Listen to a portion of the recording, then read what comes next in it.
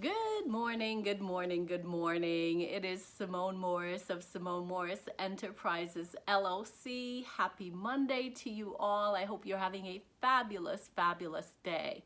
I have a story this morning that I want to share with you because I think it's so apropos for some lessons learned for the year that we're in. So I have this bag. I want to show you this bag.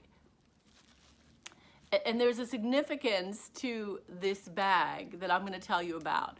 So this past weekend, I tried to make gluten-free sourdough bread. Now I want to tell you something with this story, is that I had the starter culture for sourdough bread. First of all, let me back up and say to you that I thought that you could make sourdough bread by just adding ingredients and go. I didn't realize that you had to cultivate the sourdough starter for days on days, like a week before getting the sourdough bread done. So when I found that out, I put the little gluten-free starter culture packet back into the cupboard, and did not make it for some time. We love sourdough bread in my house, so we buy it all the time. Now, since the pandemic, I have been making bread, which is a feat in itself. I had to hype myself up, but now my family loves bread, the bread that I make, more than the one that is bought at the supermarket. So I said to myself, I am going to make gluten-free sourdough bread. I purchased the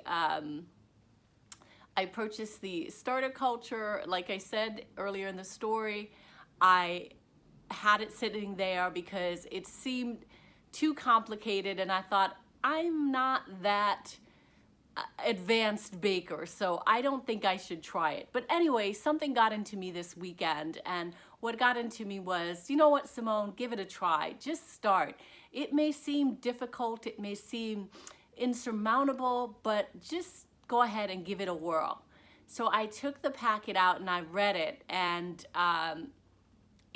there's instructions where every 4 to 8 hours I'm adding something to it, and I got overwhelmed by that, but I decided to push through and get it done this week. So I started my sourdough bread journey yesterday. If you follow me on Instagram, you'll see a photo of the sourdough kit starter culture that I used.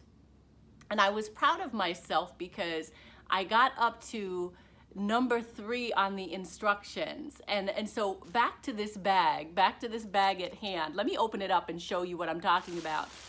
I'm so disappointed. I'm disappointed because I'm gonna have to go back to square one. Honestly, I'm going back to square one, and I really didn't want to. I was going to push through to get to the bread, but anyway, here's what happened. Can you see this? Can you see this? This is a major hole. This morning when I added my step 4, which is additional flour, additional water, stir it up and let it sit for another 12 to 24 hours, I broke the mason jar. I know, I broke the mason jar, and I am not happy about the mason jar being broken. I cannot chance continuing this recipe. I have a 5-year-old, and who knows if there's glass in this jar. So I'm back to square one. Why am I sharing this story on a Monday morning? Why? Because I think there's relevance, and there's a lot of lessons that I learned that I think can apply to whatever you do in life. So let's take an area of focus for me, which is inclusive leadership. It could even be career management.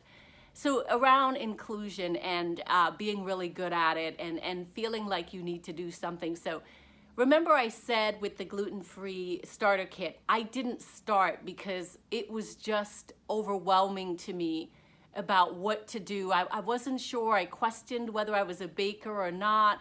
I questioned whether I could follow instructions. I questioned whether it would be a good outcome. I questioned many things, and because I questioned it, I kept the kit for a long time before starting the journey. And I think that applies to many people when we talk about inclusion. You're not sure what to do, and it seems like a huge deal. And so you don't take action. You just, maybe you bought a book. I know during the pandemic, I went to Costco and I got books around racism. And I got this book that looks like an encyclopedia, and I haven't started it. I know, I haven't started it yet, but I plan to start it. I'm taking some time off during the holidays, and I do plan to start that book. But here's the point. We have resources at our fingertips, and we don't leverage them because we're afraid, or it seems like too much, and we're waiting for the right time to start, or some sort of signal to signify to us that now is the time to start. I'm ready. I feel strong enough to tackle the issue. So then when you do start, you may experience what I call the bumble, stumble, and rise. I use that all the time with my students. The bumble, stumble, and rise is what happened to me with this sourdough bread.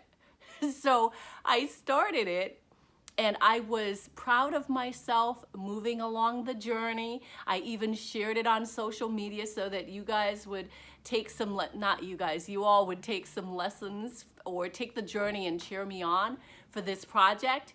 And then this morning I screwed it up. I screwed it up because I used a metal spoon. Obviously, I guess I wasn't supposed to do that, to stir vigorously in this mason jar. And as a result, I broke the jar.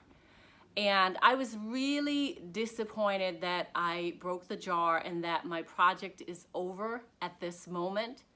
But my project is not really over if I shift my perspective. What it means is that I have to start over, but the project and the learning and the awesome gluten-free sourdough bread that will be coming to you and will be shared on social media, it's still coming, it's just delayed. And so if you mess up when it comes to inclusion, that means putting your foot in your mouth, saying the wrong thing, not recognizing sensitivity, doing a microaggression and not realizing that you said something. Oh, you're so articulate, or oh, are you from here? Or, you know, whatever it is that you have said that just did not land well. What I want you to remember is that we are all going to bumble, stumble, but it is up to us to rise, which is to try again. So for me, back to this gluten-free sourdough bread story, I am going to order another starter culture from King Arthur's Baking.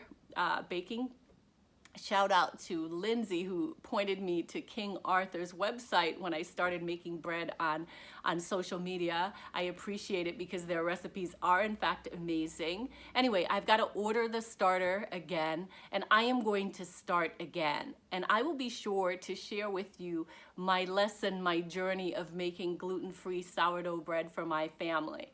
Now, I hope that you've taken some lessons from this heartwarming story about making bread, but the true point of it is that on the inclusion journey, you've got to just start, even if it seems like a lot of work and that you don't know what you're doing. There are resources, myself included, to support you on this journey, and the world needs more inclusive leaders. Thanks so much, and have a great day, everyone.